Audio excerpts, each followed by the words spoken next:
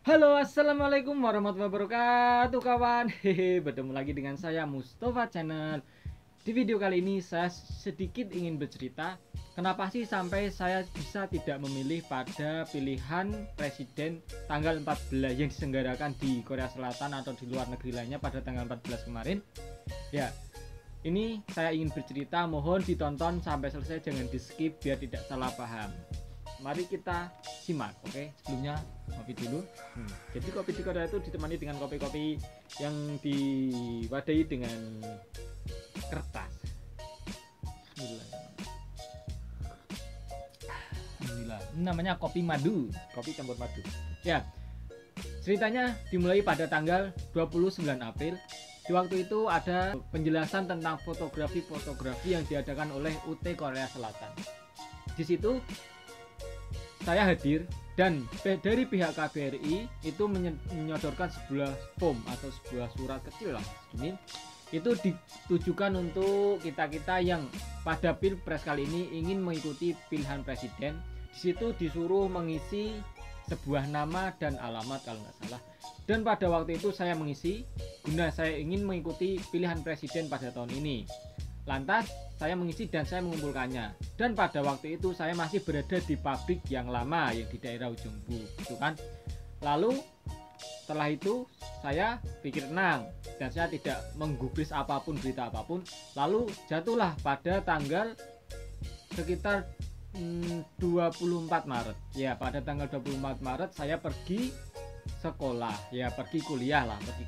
Di situ teman saya menanyakan pada saya, "Ya, apakah kamu sudah mengecek punya kamu terdaftar apa enggak di pemilihan presiden kali ini di PPLN?"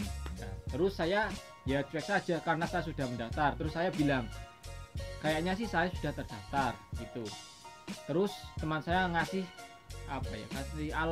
ngasih alamat untuk mengecek apakah saya terdaftar atau tidak. Lantas saya mengecek pada tanggal 24 Maret itu. Dan pada tanggal 24 Maret itu saya melihat nama, setelah saya cek masukkan nama, tahun, tanggal lahir dan bulan, saya melihat nama saya tertera di situ dan saya tertulis di pos 5 Seoul. Ya, terus saya, "Oh iya, saya sudah terdaftar." Terus teman saya bilang, "Kemarin saya juga terdaftar tapi ini tak cek kok nggak ada ya." Dan itu sepengetahuan saya, pos 5 itu ya berada di Seoul. Di pos itu ya kirain saya ya nyoblos di TPS itu ya. Terus setelah selang seminggu kemudian teman saya ketemu lagi dengan teman saya, namanya itu Elan, dia orang Batang.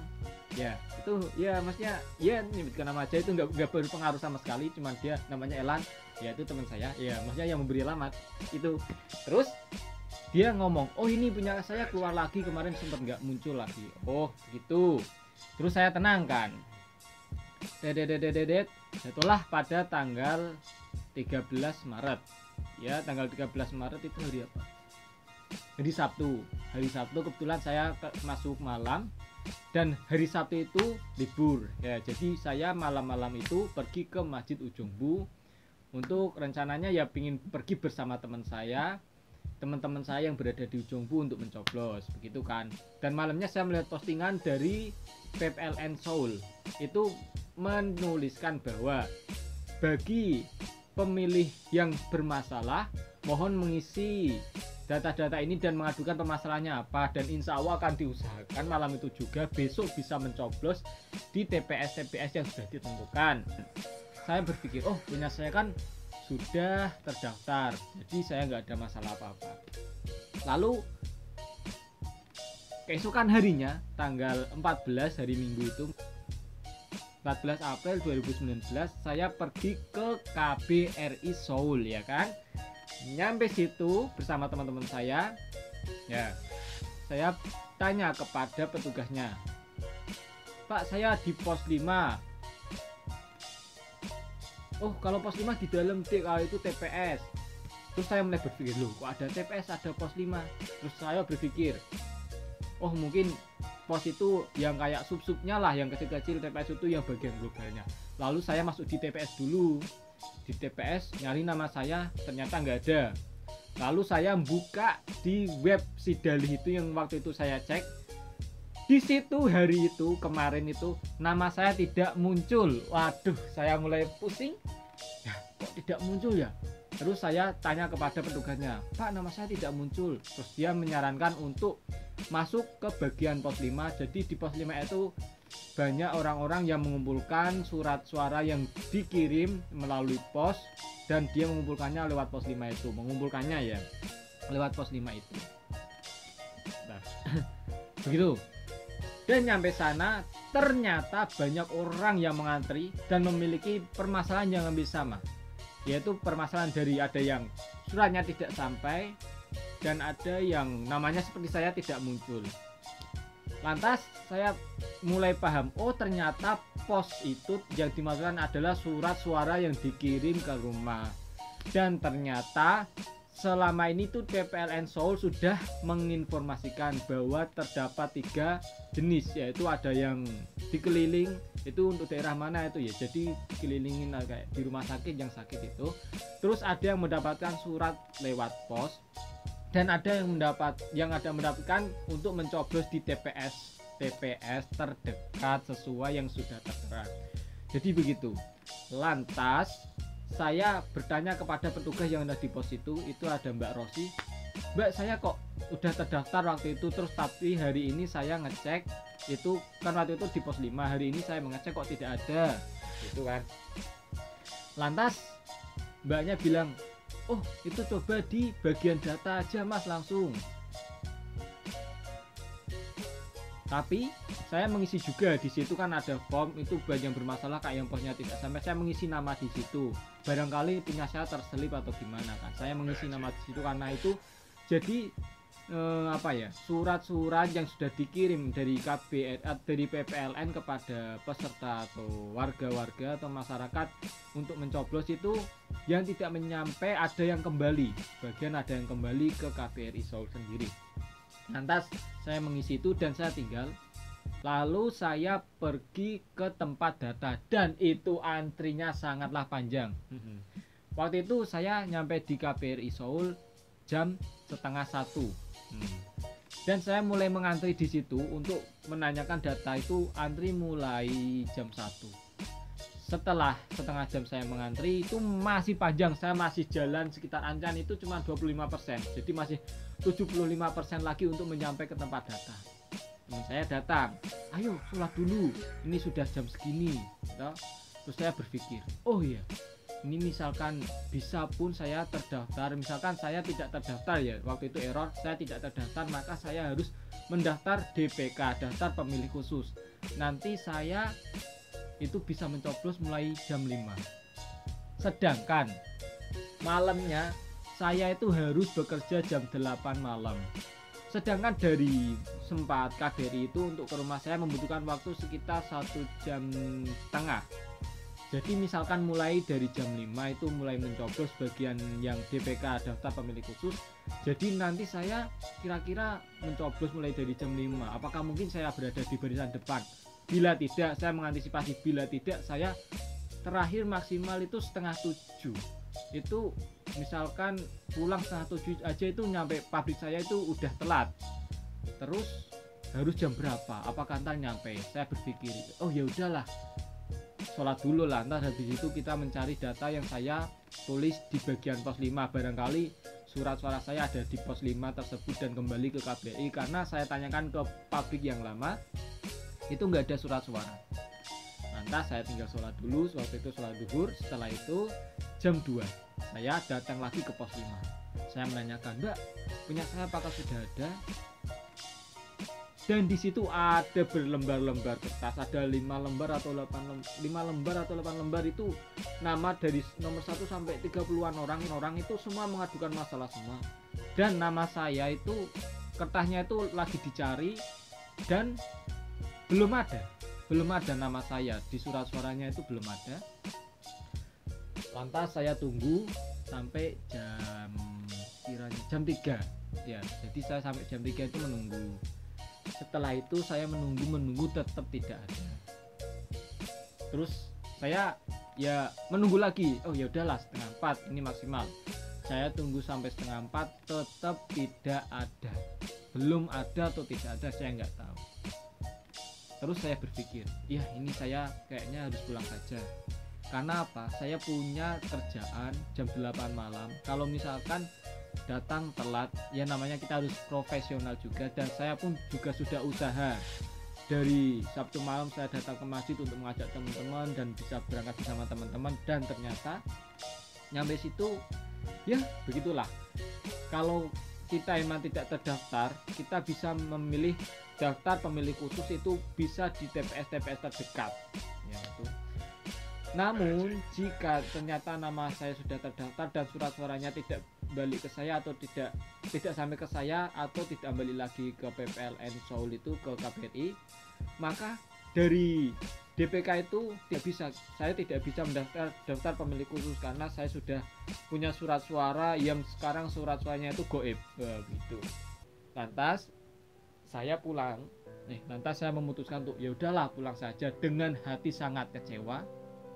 Jujur, sampai tengah jalan saya gelo, tidak bisa memilih. Saya sudah berjuang tapi tidak bisa memilih. Saya ingin berkontribusi dalam pemilihan presiden ini. Ya, tapi apalah boleh kata, mungkin itu juga kecerobohan saya. Saya tidak mau menyalahkan sistemnya. Ya, itu pelajaran buat saya, barangkali kedepannya harus selalu dicek. Walaupun sebenarnya kalau udah dicek sekali, itu seharusnya ya udah, karena sudah terdaftar secara sistem. Seharusnya kan kalau udah terdaftar secara sistem, ya udah, karena secara sistem kan otomatis sudah masuk.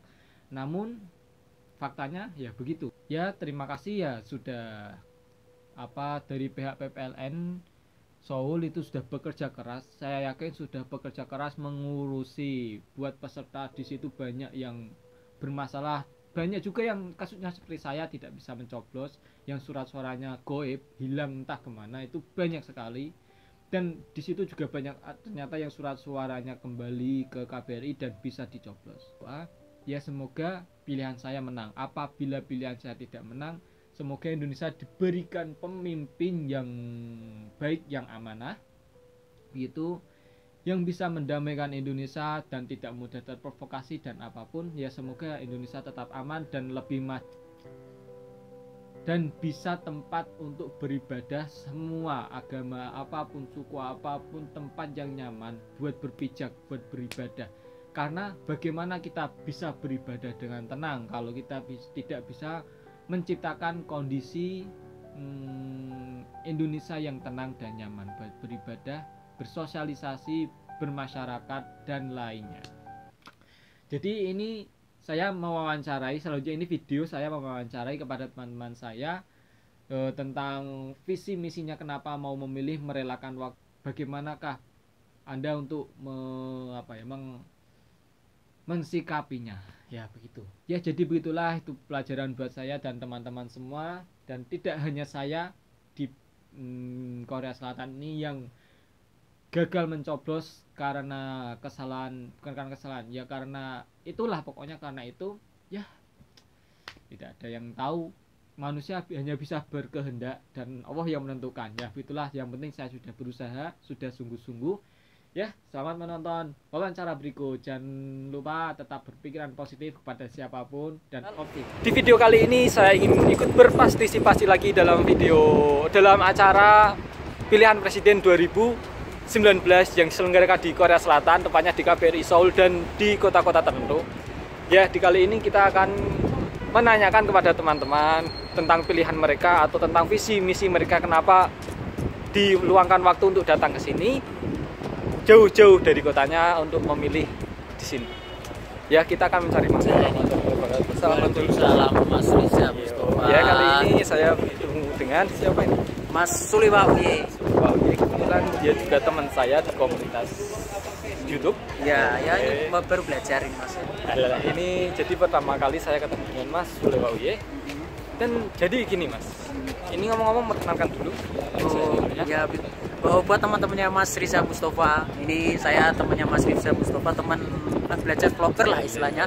Ini saya punya channel juga namanya Suliwa UY. Mohon dukungannya buat teman-teman Mas Riza Mustafa di Suliwa UY. Jadi begini Mas, ini saya ingin menanyakan sesuatu. Ini kan Masnya jauh-jauh dari desanya apa di Korea Selatan. Iya kan? Mas. Perjalanan kira-kira berapa jam? Kurang lebih sekitar 2 jaman Mas. Ini dari 2 jam benar. 2 jam. Itu 2 kan jam. perjalanan cukup jauh. Terus kenapa sih Anda meluangkan waktu buat ini? Ya ini kan istilahnya apa ya, negara kita sedang ada pesta demokrasi. Pokoknya pesta memilih calon pemimpin lah buat 5 tahun ke depan. Ya semoga itu Mas, Indonesia lebih baik lagi dan lebih maju. Pokoknya itu aja. Itu visi misi. Ya Jadi datang ke sini secara ikhlas. secara ikhlas Mas, tanpa dibayar, karena di sini masa di sini nggak ada kayak bayar gitu ya. Pokoknya ikhlas lahir batin datang ke sini untuk untuk Tanggapan Anda jika pilihan Anda kalah gimana? ya karena ini Mas, ya semua pilihan saya yang saya inginkan Mas ya nggak sesuai dengan hati nurani. Misalkan kalah ya kita harus legowo lah Mas. Sekarang kontestasi pemilihan presiden ini hanya 5 tahun sekali, tapi kalau untuk kita sama teman itu selamanya Mas. Jadi nggak ada gontok-gontokan istilahnya, ini pemimpin saya, ini harus ini gini. Pokoknya intinya jangan saling menjelekkan tadi Mas. Masuk. Dengan Mas Heru, harapannya semoga dengan terpilihnya pemimpin yang nanti siapapun itu, semoga Indonesia akan lebih baik. Semuanya itu 4 orang ini itu semuanya orang terbaik, putra terbaik bangsa. Semoga mereka punya cita-citanya masing-masing, punya visi misi masing-masing yang tujuannya itu sama, untuk Indonesia lebih baik, untuk Indonesia maju. Ya udah, terima kasih Mas. Ini dengan Mas siapa tadi? Heru Setiawan. Mas Her namanya. Panggilannya. Sultan Miren namanya. Oh Sultan, Mas Sultan. Sultan bebas ya. Sultan bebas. Terima kasih Mas. Sama-sama. Sukses selalu ya. Oke.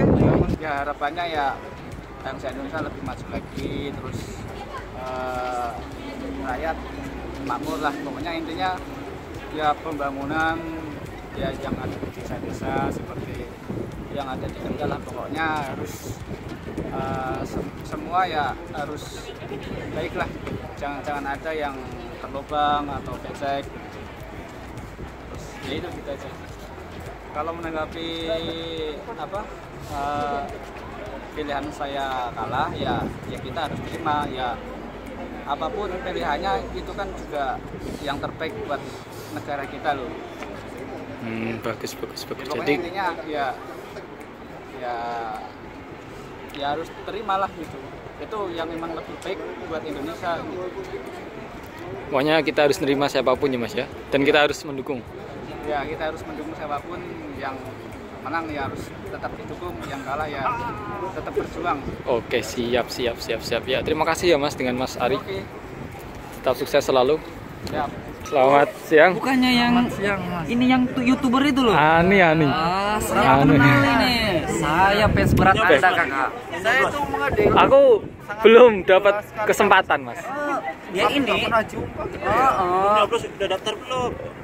Enggak jam 5, ntar malam mau kerja. Jadi ini sedikit wawancara. Iya boleh silakan. Apa harapan Anda untuk Pilpres kali ini? Ya, harapan saya ke depannya semoga yang pertama saya ingin sampaikan, perbedaan pendapat, perbedaan pilihan di antara 01 ataupun 02 tidak menjadi pertikaian atau permusuhan di antara kita semua di sini di Indonesia. Kita harapkan ini perbedaan pendapat ini menjadi sesuatu malah kerjasama untuk menyatukan erat hubungan kita. Harapannya Pak? Ya harapan saya adalah Indonesia. Ya kita pasti pengennya Indonesia kedepannya lebih baik, lebih damai, lebih mengeratkan amanat. Seperti ini. Lebih maju lagi. Lebih maju lagi, lebih sejahtera lagi. Presidennya, Siapapun mari kita presidennya, mari kita bantu. Ini udah naflos? Hah? Sudah? Belum bos. Ini lagi Oh, kedinginan belum. ini. Yaudah nih, terima kasih dengan Mas siapa tadi? Saya Asri Mas. Mas Asri ya, terima kasih. Tapi saya fansnya loh. Guys, Saya terima fansnya kasih. loh, Kakak. Alalah, siap. Oke, dadah. Terima kasih. Nanti Dengan- saya kembali lagi. Siap, ntar jangan lupa ditontonnya. Oke. Ini dengan siapa ini? Rendra alhamdulillah. Reda, alhamdulillah, apa syukurilah. Ya, alhamdulillah. Jadi harapan Anda buat Pilpres kali ini gimana? Mas? Pokoknya siapapun presidennya mari kita dukung, tetap jaga kekompakan Indonesia, tetap satu, jangan ada saling permusuhan. Siapapun yang menang, pokoknya mari Indonesia maju. Siap. Gitu aja lah. Terima kasih sebelumnya. Oke. Terus dengan ini siapa Mas? Saya siapa? Mas Kotip The Blues. Ya, jadi ini kan tadi sudah tak tanya apa harapan Anda. Sekarang saya tanya kepada Anda, jika pilihan yang Anda pilih kalah, bagaimana Anda untuk menyikapinya? Kalau pilihan yang saya pilih itu ternyata nggak menang gitu ya. Kalau itu ya saya menghormati lah, semuanya kan karena kita namanya pemilu itu kan yang mayoritas terpilih gitu ya. Jadi kalau mungkin yang menjadi pilihanku belum menjadi mayoritasnya, ya udah saya terima aja. Semoga tetap amanah gitu. Terus harapannya juga boleh nggak apa-apa? Gimana? Harapannya buat ke depan setelah pilpres ini? Kalau harapannya sih ya semoga kita mendapatkan pemimpin yang benar-benar amanah buat rakyat Indonesia. Oke, terima kasih sebelumnya Mas. Sama-sama. Sukses. Semoga jika pilihannya terpilih sesuai dengan kehendak Anda, Amin. sesuai dengan Yang tujuan penting Anda. Seduluran itu jangan sampai terpecah belah bangsa Indonesia. Ya, terima kasih sebelumnya. Saya Mas ini Mas keamanan. Keamanan. Itu keamanan di sini. Dengan ibaratnya ya fokus lah. Semua di sini aman Pak. Aman. Ini dengan Mas siapa? Kang Sumbul. Jadi ini harapan Anda untuk tugas ini apa ini? Jelas yang pertama karena saya bekerja di keamanan ya aman. Pokoknya bisa membawa Indonesia lebih baik lah. Terus pastikan ini kan jenengan memilih salah satu. Jika pilihan yang Pak Kang Sumbul pilih kalah itu bagaimana untuk menyikapinya? Loh, ini harus sportif sebagai warga negara yang baik. Siapapun yang menjadi pimpinan kita ya menjadi presiden gitu loh. Kita harus terima dengan legowo gitu aja, siapapun itu yang menjadi atau yang kalah gitu. Yang kalah itu harus legowo gitu aja. Semua juga pilihan terbaik. Iya, jelas intinya seperti itu. Yaudah, kita langsung tugas lagi ya. Terima kasih ya Pak ya. Oke, sip. Sebelumnya Pak ya. Monggo. Sekian dulu dari saya Mustafa Channel. Jangan lupa ngopi.